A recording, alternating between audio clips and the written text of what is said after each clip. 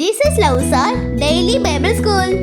பரலோக தகப்பனே, இயேசு கிறிஸ்துவின் நாமத்தினால் ஆண்டவரே இந்த காலை வேளையில உங்க சமூகத்துக்கு வந்திருக்கும் அப்பா. ஸ்தோத்திரம் ஸ்தோத்திரம் ஸ்தோத்திரம் ஸ்தோத்திரம் ஸ்தோத்திரம் ஸ்தோத்திரம் ஸ்தோத்திரம் அப்பா.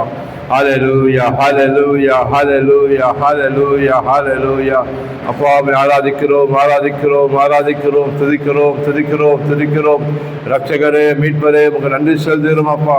ஆவியானவரே துதிக்கிறோம் அப்பா. நீ ஒருவரே பெரியவராக இருக்கிறீர், நீ ஒருவரே எங்கள் தேவனாக ரட்சகராக இருக்கிறீர் அப்பா. நீரே மீட்பரே மனவாளராக இருக்கிறீர் ஆண்டவரே. உங்களை ஆராதிக்கிறோம் ஆராதிக்கிறோம் அப்பா. எங்களுக்காக சொந்த குமாரனையும் கொடுத்தீர் ஆண்டவரே. உண்மை போல நேசிக்க யார் உண்டு ஆண்டவரே. உங்களுடைய கிருபை, உங்கள் தயவு, உங்கள் அன்பு, உங்கள் இறக்க மகா பெரியதாக இருப்பதற்காக கோடி கோடி ஸ்தோத்திரம் தகப்பனே. நியாயப்பிரமாணம் செய்யக்கூடாததை தேவனே செய்யும்படிக்கு ஆண்டவரே, அந்த கல்வாரி சிலுவையிலே நீர் எங்கள் சமாதானத்தை ஊண்டப்படும் ஆக்கினை பாவத்துக்கான தண்டனையை சுமந்து தீர்த்தீர் ஆண்டவரே. நாங்கள் விசுவாசிக்கிறோம் ஆண்டவரே. பரிசுத்த ஆவியானவரே, சகல சத்தியத்துக்களும் நடத்துகிற தேற்றவாளனை அப்பா, அவர் பிரசனத்தால் நிரப்புகிற ஆவியோடும் உண்மையோடும் முழு இதயத்தோடும் முழு பலத்தோடும் ஆராதிக்க துதிக்க கற்றுக் கொடுங்க. ஆராதனை கருத்துல கொடுக்கிறோம், தொடர்ந்து வழி நடத்தும். ஆராதிப்பேன் நான் ஆராதிப்பேன் ஆண்டவர் இயேசுவை ஆராதிப்பேன்.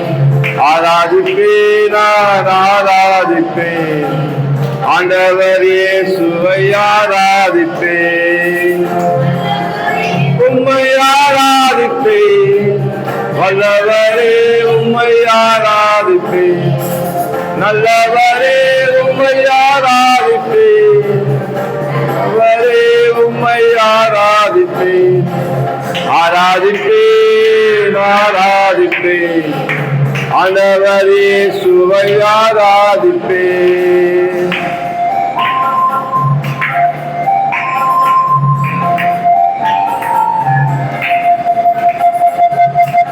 ஓ நன்றி ஆண்டவரே. இயேசுவே ஸ்தோத்திரம். பரிசுத்த உள்ளத்தோடு ஆராதிப்பேன், பணிந்து குனிந்து ஆராதிப்பேன்.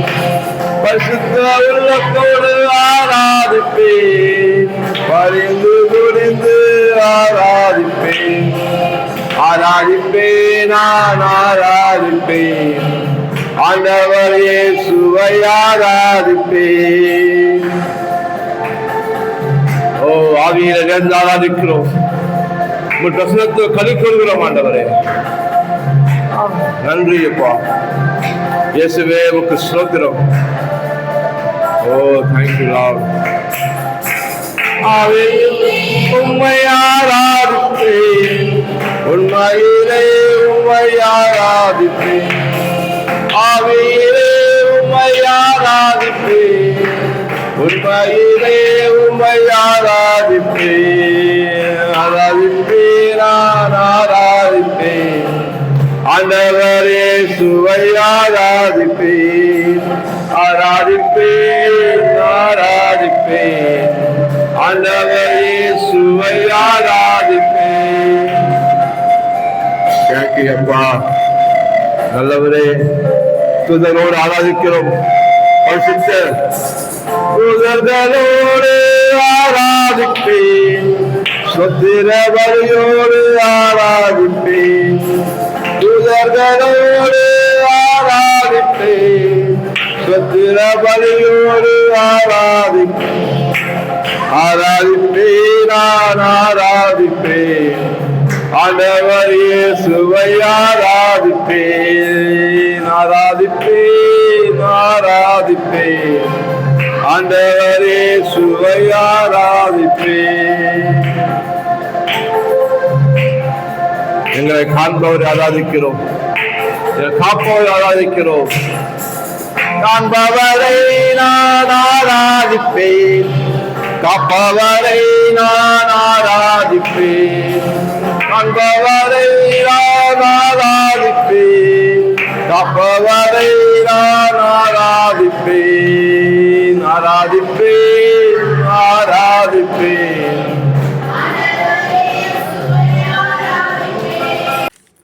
ஒன்று கொரிந்தியர் 12 அதிகாரம் 1 வசனம். சகோதரரே, ஆவிக்குரிய வரங்களை குறித்து நீங்கள் அறியாதிருக்க எனக்கு மனதில்லை. 2ஆம் வசனம், நீங்கள் அஞ்ஞானிகளாயிருந்தபோது ஏவப்பட்டபடியே ஊமையான விக்கிரகங்களிடத்தில் மனதை செலுத்தினீர்கள் என்று உங்களுக்கு தெரியுமே. 3ஆம் வசனம், ஆதலால் தேவனுடைய ஆவியினாலே பேசுகிற எவனும் இயேசுவை சபிக்கப்பட்டவர் என்று சொல்ல மாட்டான் என்றும், பரிசுத்த ஆவினாலே அன்றி இயேசுவை கர்த்தர் என்று ஒருவனும் சொல்லக்கூடாது என்றும் உங்களுக்கு தெரிவிக்கிறேன். 4ஆம் வசனம், வரங்களில் வித்தியாசங்கள் உண்டு, ஆவியானவர் ஒருவரே. 5ஆம் வசனம், ஊழியங்களிலேயும் வித்தியாசங்கள் உண்டு, கர்த்தர் ஒருவரே. 6ஆம் வசனம், கிரியைகளிலேயும் வித்தியாசங்கள் உண்டு, எல்லோருக்குள்ளும் எல்லாவற்றையும் நடப்பிக்கிற தேவன் ஒருவரே. 7ஆம் வசனம், ஆவியினுடைய அனுக்கிரகம் அவனவனுடைய பிரயோஜனத்துக்கென்று அளிக்கப்பட்டிருக்கிறது. 8ஆம் வசனம், எப்படியெனில் ஒருவனுக்கு ஆவியினாலே ஞானத்தை போதிக்கும் வசனமும், வேறொருவனுக்கு அந்த ஆவியினாலேயே அறிவை உணர்த்தும் வசனமும். 9ஆம் வசனம், வேறொருவனுக்கு அந்த ஆவியினாலேயே விசுவாசமும், வேறொருவனுக்கு அந்த ஆவியினாலேயே குணமாக்கும் வரங்களும்.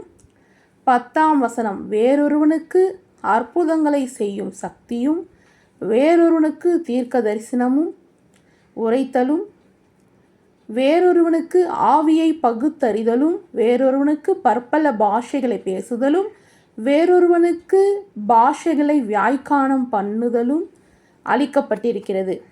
11ஆம் வசனம், இவைகளெல்லாம் அந்த ஒரே ஆவியானவர் நடப்பித்து தமது சித்தத்தின்படியே அவனவனுக்கு பகிர்ந்து கொடுக்கிறார். 12ஆம் வசனம், எப்படியெனில் சரீரம் ஒன்று, அதற்கு அவயங்கள் அநேகம், ஒரே சரீரத்தின் அவயங்கள் எல்லாம் அநேகமாயிருந்தும் சரீரம் ஒன்றாகவே இருக்கிறது, அந்த பிரகாரமாக கிறிஸ்துவும் இருக்கிறார்.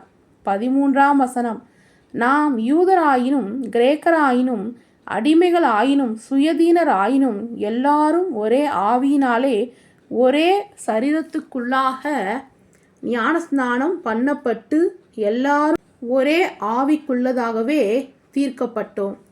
14ஆம் வசனம், சரீரமும் ஒரே அவயமாயிராமல் அநேக அவயங்களாயிருக்கிறது. 15ஆம் வசனம், காலானது நான் கையாயிராதபடியினாலே தன் சரீரத்தின் அவயமல்லவென்றால் அதனாலே அது சரீரத்தின் அவயமாயிராதோ.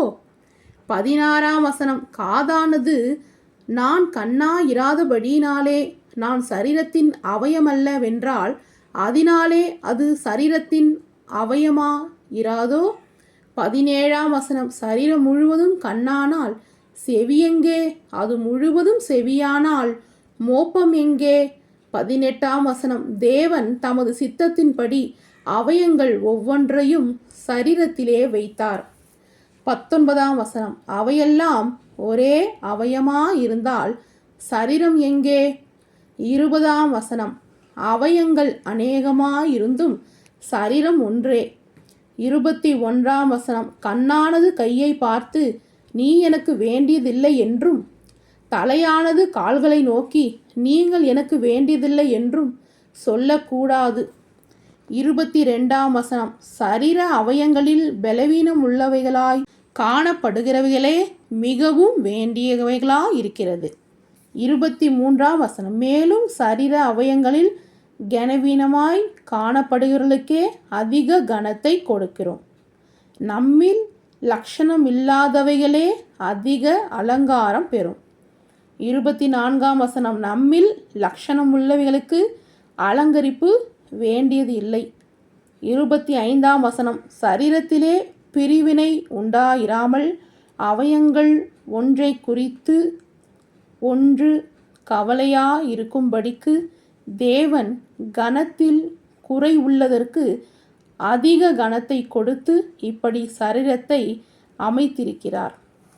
26ஆம் வசனம், ஆதலால் ஒரு அவயம் பாடுபட்டால் எல்லா அவயங்களும் கூட பாடுபடும், ஒரு அவயம் மகிமைப்பட்டால் எல்லா அவயங்களும் கூட சந்தோஷப்படும்.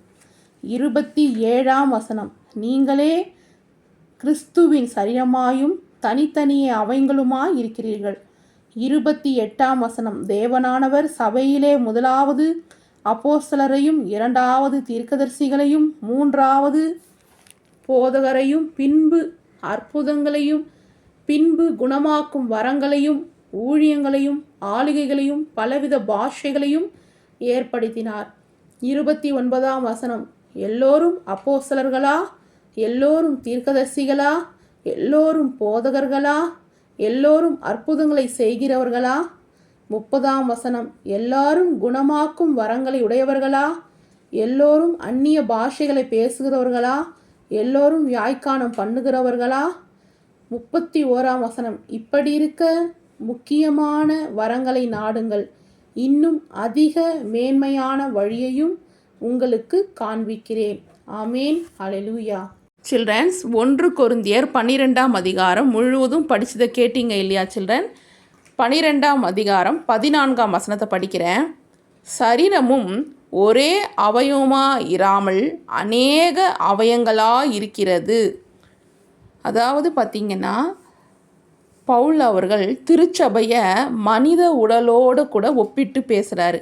ஒரு மனித உடலில் என்னென்ன அவயங்கள், என்னென்ன உறுப்புகள் இருக்கிறது?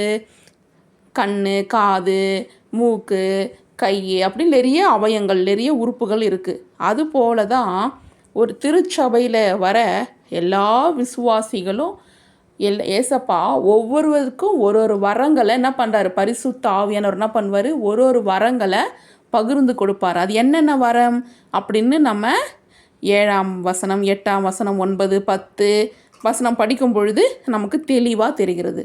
இப்போ ஒவ்வொருத்தருக்கும் ஒரு வசனங்கள், ஒரு வரங்களை கர்த்தர் பரிசுத்த ஆவியானவர் கொடுக்குறாரு. கரெக்டுங்களா? அப்போ எல்லாருமே எல்லா வரங்களை பெற்றவர்களும் கர்த்தர் முன்னாடி யார்? சரி சமந்தான். சரிங்களா? எல்லாரும் சமமான முக்கியத்துவம் உள்ளவங்க தான். இப்போது ஒரு அவயங்களில் இருக்கிற கண் ரொம்ப மேன்மையானது, கை மேன்மையே இல்லை, கால் மேன்மையே இல்லைன்னு சொல்ல முடியுமா? கால் செய்கிற வேலையை கை செய்ய முடியாது, கை செய்கிற வேலையை கண் செய்ய முடியாது. எல்லாமே எப்படி இருக்கணும்? செயல்படணும். அப்போ ஒரு திருச்சபையில் எல்லா விசுவாசிகளும், ஊழியக்காரங்கள்லேருந்து போதகர்கள்லேருந்து சபைக்கு வர விசுவாசிகள்லேருந்து எல்லாருமே என்ன பண்ணணும்? கர்த்தருக்காக செயல்படணும். ஓகேங்களா? கரெக்டாக கண்ணுடைய வேலையை செய்கிறது போல், காது கரெக்டாக காதுடைய வேலையை செய்கிறது போல், கை கால்கள் எப்படி அதோடைய வேலையை செய்தோ அதுபோல் நம்ம கர்த்தருக்காக நம்ம எல்லாருமே வேலைகளை செய்யணும். சரிங்களா? அதுதான் பவுலடிகள் சொல்கிறாங்க. ஓகேவா சில்ட்ரன்? நம்ம சிறு பிள்ளைகளாக இருந்தாலும் நம்மளாலேயும் கர்த்தருக்காக செயல்பட முடியும். ஓகேவா சில்ட்ரன்? நம்ம அமைதியாக இருக்கக்கூடாது. இது கடைசி காலம்.